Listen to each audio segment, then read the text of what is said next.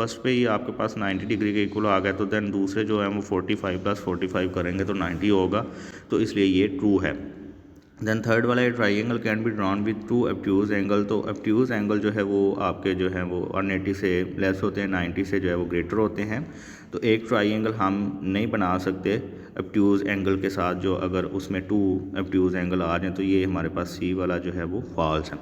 Then 4 वाला in a triangle the sum of the length of any 2 sides is the sum of length of any 2 sides. तो first में ये है जी greater than the length of third sides. अगर आप 2 sides का जो है वो सम करते हैं, वो थर्ड साइड से क्या होगा जी, ग्रेटर होगा। ठीक है, इसमें ए वाला जो ऑप्शन है वो आपका करेक्ट है। देन 5 है and exterior angles of a triangle is bigger than the sum of the 2 opposite interior angles. Interior angles वो होते हैं जो ट्राइंगल के अंदर बनते हैं, एक्सटीरियर एंगल्स जो है वो ट्राइंगल के बाहर वाले होते हैं।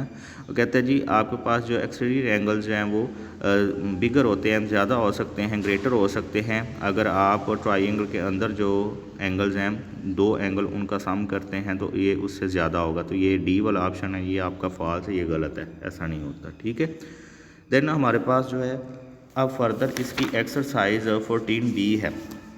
तो 14 जो है वो हमारे पास आपके पास अब ये एरिया का यूनिट है जी 14 वाला। एरिया आपने डिफरेंट शेप्स का एरिया फाइंड करना होता है।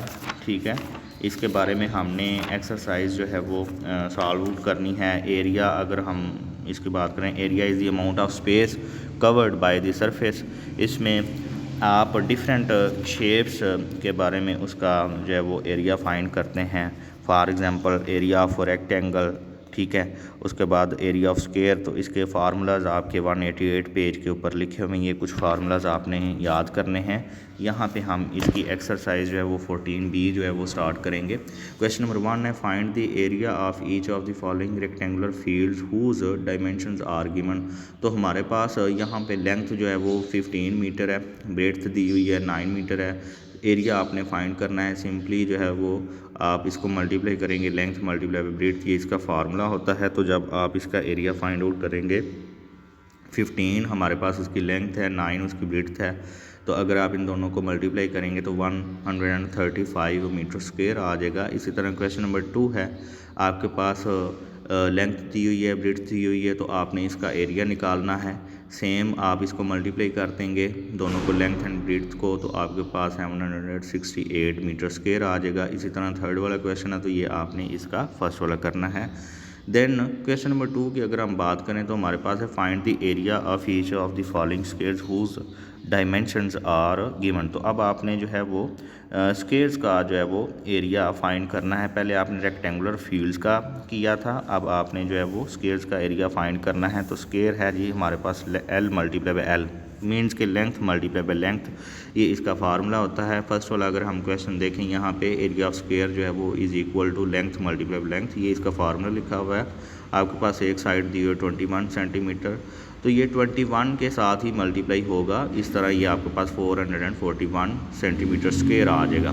ठीक है, अगर आपके पास 4.5 सेंटीमीटर है तो सेम फार्मूला आपने वही पुट करना है। एरिया ऑफ स्क्वायर जो है वो लेंथ मल्टीप्लाई बाय लेंथ होता है। देन अगर थर्ड वाला तो उसमें पॉइंट आ रहा है 1/2 सेंटीमीटर, तो जब आप इन दोनों को मल्टीप्लाई करेंगे तो 1.44 सेंटीमीटर स्क्वायर आ जाएगा। क्वेश्चन नंबर 3 है find the breadth of rectangular field whose length is 18 metre and whose area is 216 metre square. तो अब आपने एक रेक्टेंगुलर फील्ड जो है वो उसका ब्रेड्थ फाइंड करना है। तो एरिया सबसे पहले इसका हमें गिवन है 216 सेंटीमीटर स्क्वायर, और लेंथ भी हमें गिवन है रेक्टेंगल की जो कि है 18 सेंटीमीटर। तो जब आप इसका एरिया का फार्मूला यहाँ पे अप्लाई करेंगे, जो हमने क्वेश्चन नंबर 1 में भी किया है, लेंथ मल्टीप्लाई बाय ब्रेड्थ होता है, तो इसमें से हमने ब्रेड्थ को फाइंड आउट करना है। हम सिंपली जो है वो इसमें इसकी वैल्यू एलिमिनेट कर देंगे, पुट कर देंगे। एरिया की वैल्यू है 216 सेंटीमीटर स्क्वायर, लेंथ हमारे पास 18 सेंटीमीटर है और ब्रेड्थ हम फाइंड कर रहे हैं। अगर हमारे पास राइट साइड पे ये 18 सेंटीमीटर जो है वो ब्रेड्थ के साथ मल्टीप्लाई हो रहा है, अगर हम इसकी साइड चेंज करें तो ये सिंपली जो है वो डिवाइड हो जाएगा।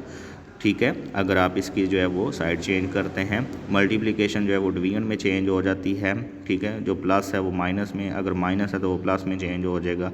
ब्रीड्थ हमारे पास आ जाएगा 216 डिवाइडेड बाय 18 सेंटीमीटर, तो इसमें हमारे पास ब्रीड्थ का आंसर जो है वो 12 सेंटीमीटर आ जाएगा, ठीक है। ये एक्सरसाइज 12 जो है वो 14B थी, ये आपने जो है वो सॉल्व करनी है। दैन अगर हम बात करें एक्सरसाइज 14C की, तो 14C में भी आपने कुछ फार्मूलाज पुट करके तो ये फाइंड आउट करना है। जैसे हमारे पास फर्स्ट वाला क्वेश्चन है, find the total area of the 4 walls in each of the rectangular rooms giving following dimensions. तो हमारे पास आपके पास जो है वो रेक्टेंगुलर रूम्स हैं, इनका आपने जो है वो एरिया फाइंड करना है। 4 वॉल्स हैं हमारे पास। तो अगर हम फर्स्ट वाला क्वेश्चन देखें, उसमें हमारे पास लेंथ है 10 मीटर, ब्रेड्थ है 5 मीटर, हाइट है हमारे पास 4 मीटर। तो जब आप इसका सोल्यूशन लिखते हैं, एरिया फाइंड करते हैं, तो यहाँ पे हमारे पास फार्मूला आता है 2 multiply by length multiply by height plus 2 multiply by breadth multiply by height. तो ये एरिया फाइंड करने का जो है वो फार्मूला है एक रेक्टेंगुलर रूम्स का, जिसमें हमारे पास 4 वॉल्स हैं और ये डायमेंशन दी हुई हैं।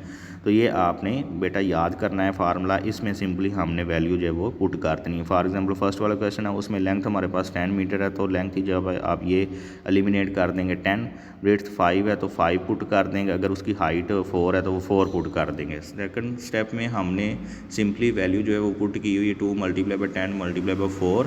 तो इसको जब आप सॉल्व करते हैं 10 मल्टीप्लाई बाय 4 हो जाएगा, तो आपके पास 40 जब अगेन मल्टीप्लाई होगा 2 के साथ वो 80 आ जाएगा। इसी तरह ये आपका 40 है, जब आप इन दोनों को ऐड करते हैं तो आपके पास 120 मीटर स्क्वायर आ जाएगा इसका जो है वो फर्स्ट वाले क्वेश्चन का एरिया, ठीक है। हमने टोटल एरिया जो है ये निकाला है इसका।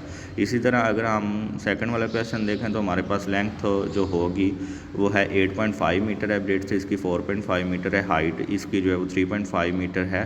तो इसका सोल्यूशन अगेन आपने वही फार्मूला जो है वो पुट करना है, area is equal to 2 multiply by length multiply by height plus 2 multiply by breadth multiply by height. तो अगर आप ये फार्मूला पुट करते हैं, तो जब आप फर्स्ट वाले को सॉल्व करेंगे सिंपली इसको मल्टीप्लाई करेंगे तो 59.5 मीटर प्लस 31.5 मीटर आ जाएगा। तो इस तरह ये 91 मीटर स्क्वायर आ जाएगा इसका, ठीक है।